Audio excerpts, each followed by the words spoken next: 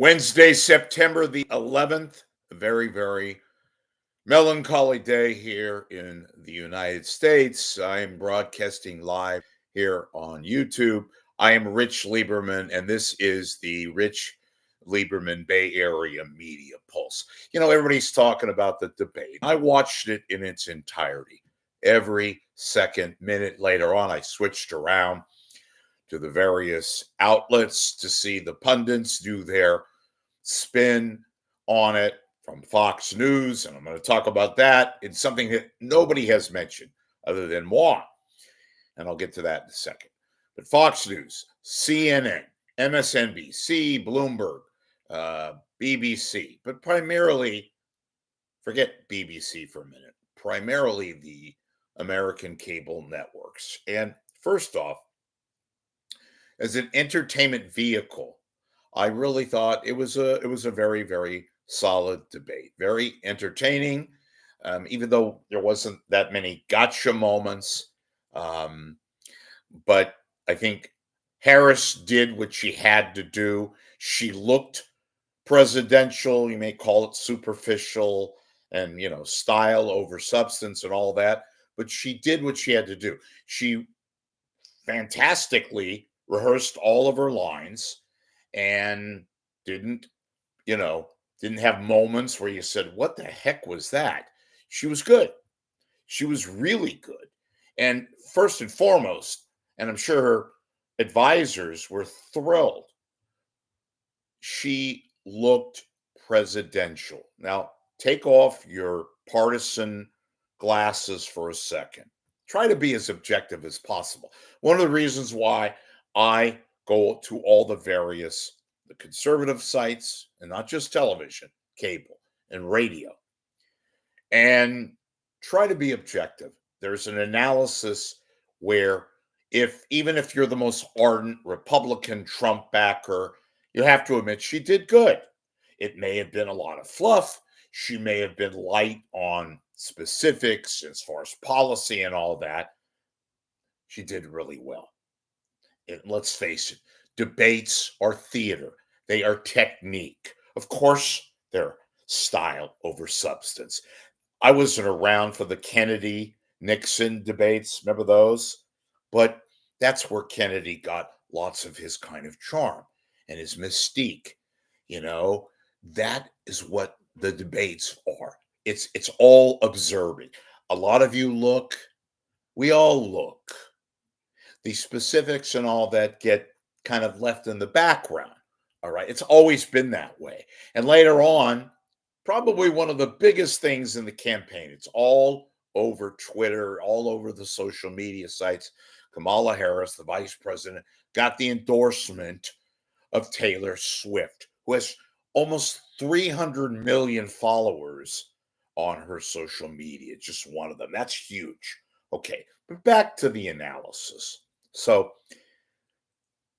before I even get into that, I mentioned that I move around. I went to Fox News. I wanted to see what they were saying. I kind of knew what CNN was going to say. Obviously, I knew what MSNBC was going to say. Their pundits all were, giving the pump fist for Harris. And again, she did very good. She was presidential. She looked it. She had moments of, the care and, the hands underneath her chin and the gazes, and the lines were spectacular. She very rarely blew her lines. She was very, very solid. But let me give you a very subtle hint at how good she did as viewed and as observed by Fox News Channel. I went over to the Fox News Channel immediately after the end of the debate. I knew CNN was going to, start examining and all that. I kind of thought in my mind they're going to say it was a solid home run, which it was. So I go to Fox News, and folks, after only about a few minutes, they went away from their pundits like Hannity and Laura Ingraham. What did they do? They immediately went to the beginning of the debate. They cut off all their pundits. After only a very brief 15, 20 minutes, if that, analysis of the debate we all watched, they went away from that. They went directly to their pre-game, if you will, little show before the actual debate. What does that say? That says that I think they were pretty much left with having to somehow spin that she didn't do that well or that somehow Trump was effective. And he was not effective. He had a couple of moments, but we all looked at this and we all saw him fuming and angry and scowling and not even having the courtesy, forget personal courtesy, how about professional courtesy of taking a look at Harris. That doesn't score really well, folks, with especially women voters. He didn't even look. But back to Fox. Fox immediately cut away. They went back to the tape. They went back to their pre-debate show and immediately went to the hour and a half so or around that. Didn't even bother doing a full-scale hour, 2-hour show with regards to analyzing the debate. That tells you something. I think a lot of their pundits, I know Sean Hannity will not say this publicly, but he had to be extremely pissed off. Now, let me tell you something. Get my own personal bias out of the way. Okay. I don't want to turn my show into she was great, Trump was bad, Trump was great, she was bad. I'd like to get a analysis, take away all the partisan glasses and try to be objective. I know that's damn near impossible. That's what I don't like about these pundit shows because everything is predictable. Look, she had a good night. He did not. He looked, frankly, like a 80-year-old man. He was angry and scowling and all the faces and the screaming. And you know what? Now let me get to the core point here, too.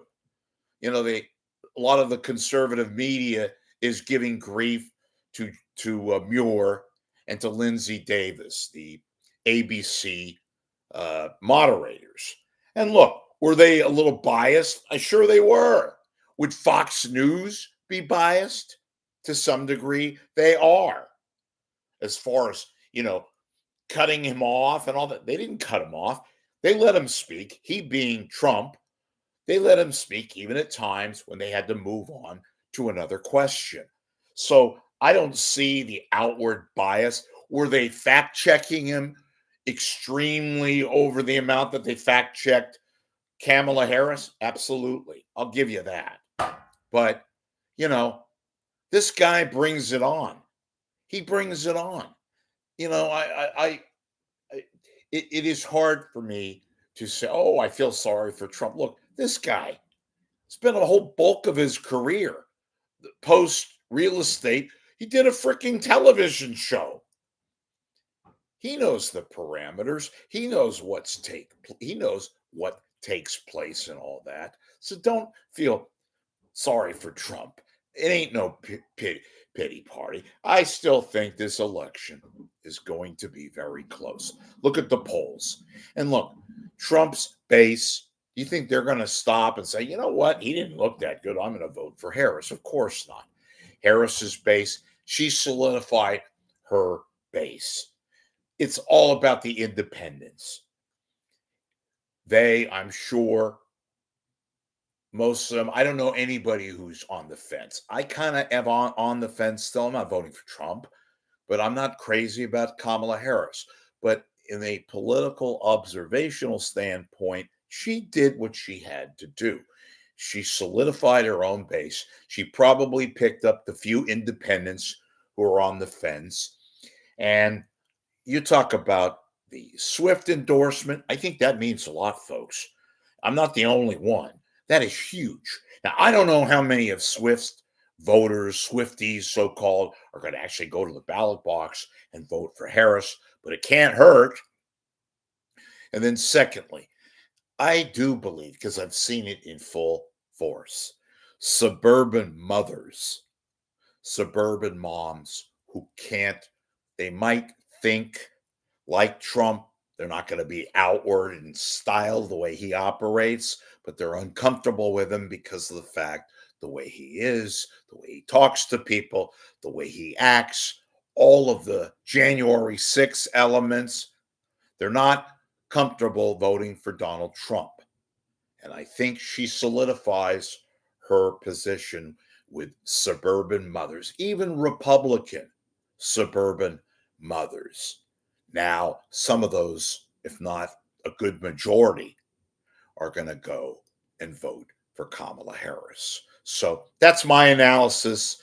I think that a very subtle but very important Fox News channel leaves their post debate snippet of a show after about 15 minutes and goes right back to the taped pre debate show, which lets you know what Fox News thought about Mr. Trump.